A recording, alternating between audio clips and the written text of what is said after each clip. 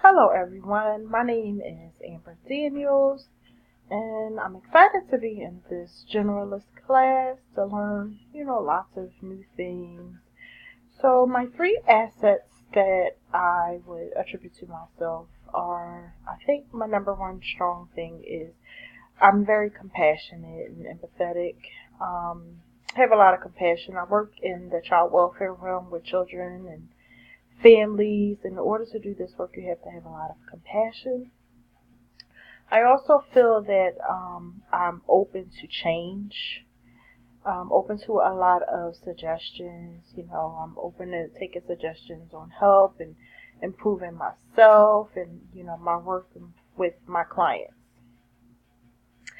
And my last asset that I would say is that I believe that I'm very resourceful.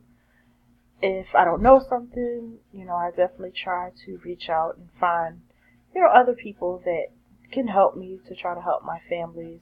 I'm really big on trying to empower families and, find resources to help them to, move on and, you know, improve their lives and, enhance their lives and, just be the best selves that they can be. So I look forward to working with you all in this course. Thank you.